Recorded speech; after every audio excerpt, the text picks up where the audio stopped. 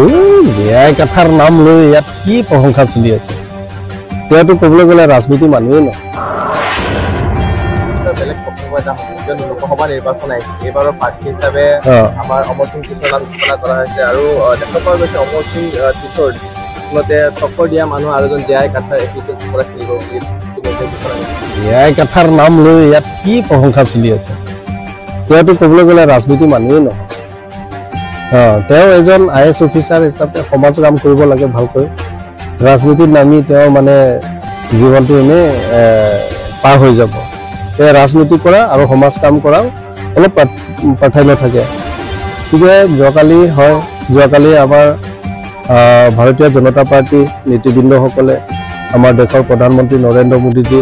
পুনৰ যিটো তৃতীয়বাৰ প্ৰধানমন্ত্ৰী বনাবলৈ কাৰণে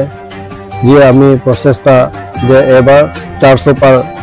যিটো সেই প্ৰসংগ কৰি আছে গতিকে এবাৰ আমি ভাৰতীয় জনতা পাৰ্টিয়ে 400+ সিট পাবলৈ সক্ষম হ'ব কাৰ্বি আংলংটো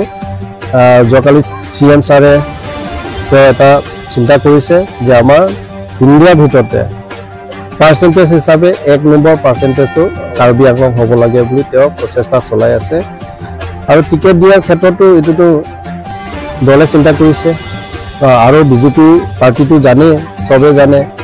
ইয়াৰ নেশ্যনেল কমিটিৰ ফালৰ পৰা ফোন আহি থাকে একদম গাঁও লেভেল একদম গ্ৰাছ ৰুট লেভেল তাতো মানে ফোন গৈ পাইছে তেনেধৰণে আৰু গাঁৱে গাঁৱে গাঁও চলো অভিযান আৰু বিভিন্ন যিটো সমষ্টি ৱাইজ গাঁৱে গাঁৱে আমি দেখি নাপাওঁ দলৰ মানুহবিলাকে সোমাইছে আৰু অন্যান্য বহুত ইয়াত আছে তেওঁ গোটেইখিনি কালেক্টিভ বুলি কিনি দলে চিন্তা কৰিছে সেইটো কাৰণে অমৰ সিং কিশোৰ ডাঙৰীয়াক এই নিশ্চিত মানে এবাৰটো 100+ আৰু কাৰ্বি আংলংটো পাৰ্চেণ্টেজ হিচাপে যোৱা আগৰ বাৰতকৈ এবাৰ হায়েষ্ট আমি বৃদ্ধি হ'ব ঠিক আছে